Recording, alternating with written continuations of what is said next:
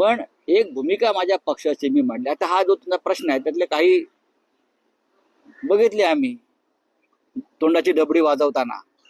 शिंदे गटाचे लोक ते तोंडाची डबडी वाजवत होती की मी शिंदे पवार साहेबांवर टीका केली. मी टीका केली नाही, मी माझ्या पक्षाची भूमिका मांडली. त्यांना कळत नसेल तर त्यांनी राजकारणाचे धडे घ्यावे. दुसरं असं आहे, यांना आता माननीय पवार साहेबांचा जो पुळका आलेला आहे तो किती खोटा आहे, किती खोटा आहे.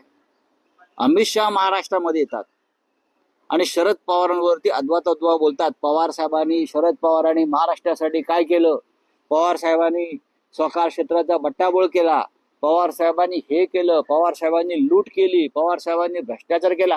तेव्हा यांच्या तोंडाची डबडी का बंद झाली? तेव्हा पवार साहेबांचा अपमान नाही झाला. हे जे काय तोंडाची डबडी वाजवत होते सगळे, कोणतरी ते दादा भुसे, गुलाब पाटील, संजय शिरसाट, उदय सामंत, नरेंद्र मोदी, पवार साहेबांना भटकती आत्मा म्हणतो, बरंच काय काय म्हणून जातो. तेव्हा यांच्या तोंडाची डबडी, तोंडाला काय भूच बसला होता का? तेव्हा त्यांची अस्मिता वगैरे काय पवार साहेबांचं प्रेम जागा नाही झालं? भटकती आत्मा पवार साहेबांना म्हणतात, अमित शहा म्हणतात महाराष्ट्रातून. शरद पवारांनी महाराष्ट्रासाठी काय केलं? सहकार चळवळ बुडवली, अजून काय केलं? किती घाणेरड्या शब्दात टीका केली.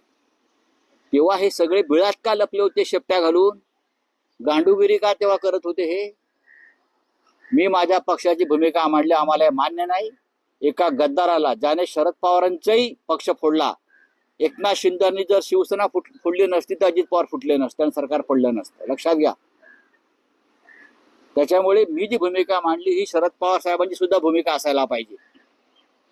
एकनाथ शिंदे हा अजित माणूस अमित शहा बरोबर हात मिळवणी करून त्याने हे पक्ष फोडलेत. अमित शहाने पक्ष फोडले ते.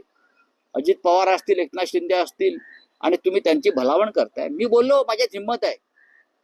तुम्ही अमित शहा वर्षी का बोलताय का? त्यांनी पवारांवर टीका केली. नरेंद्र मोदी भटकती आत्मा म्हणतो पवार साहेबांना, तेव्हा तुमचा आत्मा जागा झाला नाही. हे ढोंगी भंपक लोक आहेत, घाणेरडे, डर्टी पॉलिटिक्स करतात महाराष्ट्रामध्ये. दुतोंडी हे दुतोंडी गांडूळ आहेत. मला अजिबात पोटदुखी नाही. त्यांना नोबेल पुरस्कार द्यावा, भारतरत्न द्यावा मोदींनी. एकनाथ शिंदेना भारतरत्न द्यावा, परमवीर चक्र द्यावं. माझा आक्षेप एवढाच आहे की महादजी शिंदे हा एक शूर योद्धा, ज्याने दिल्लीचे पाय कधी चाटले नाहीत, दिल्ली पुढे झुकला नाही. त्याचा नावाचा पुरस्कार तुम्ही कोणीतरी खाजगी संस्था देते आणि त्याचा एवढा गौरव, हा मुळात स्वाभिमान आणि शौर्याचा अपमान. एकनाथ शिंदेना पुरस्कार देणं, शरद पवारांनी तिथे जाणं, हे सुद्धा महाराष्ट्राला रुचलेलं नाही. त्यांच्या पक्षातल्या लोकांना सुद्धा रुचलेलं नाही. शरद पवार मोठे नेते आहेत, त्यांना लोक घेऊन जातात.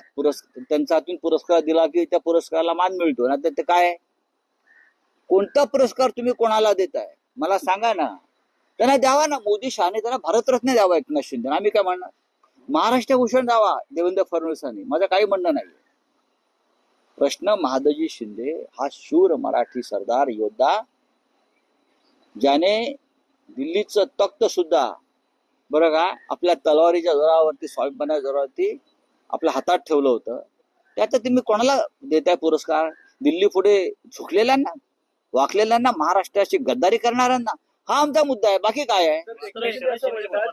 तुम्ही तुमची लाईन मोठी करा, माझी लाईन कशाला पुसायला जात आहे? उभं राहतो तिकडनं जनसेवा सुरू होते. सोडाव एक सिनेमातले डायलॉग, मी एक लेखक आहे, ते सिनेमातले डायलॉग मला तुम्ही सांगू नका. जहां से हम खडे होते वहां से हमारी लाईन सुरू होती है. हे दीवार मधले डायलॉग आम्हाला नका सांगू तुम्ही, कळलं ना? आम्हाला काय सांगताय? लिहून दिलेले डायलॉग वाचतात. एक दुसरा महत्वाचा मुद्दा, ज्या प्रकारे गेल्या अनेक दिवसांपासून शासकीय बैठकांना एकनाथ हजर नव्हते, त्याच्यावर बोलावं ना. मात्र त्यांनी आता स्वतःची एक वेगळी कोऑर्डिनेशन रूम सुरू केलेली आहे. त्या ठिकाणी वॉर मुख्यमंत्र्यांचे, त्याच्या बाजूलाच एकनाथ शिंदेची आता कोऑर्डिनेशन. यांच्यामध्ये तंगड्यात तंगड घालण्याचा कार्यक्रम सुरू आहे. एकनाथ शिंदेने मला शहाणपणा शिकवू नये. एकेकाळी ते माझे अत्यंत घनिष्ठ मित्र आणि सहकारी होते. मी परत रिपीट करतो, तेव्हा मला त्यांनी शहाणपणा शिकवू नये. काय केलं पाहिजे आणि काय, त्यांची लाईन त्यांनी मारावी. कोणाकडे त्यांनी कोणाला लाईन मारायची ती मारावी. त्यांनी तेच केलं. जे सरकार भ्रष्टाचारातून, गद्दारीतून निर्माण झालंय त्या सरकारचे ते प्रमुख होते.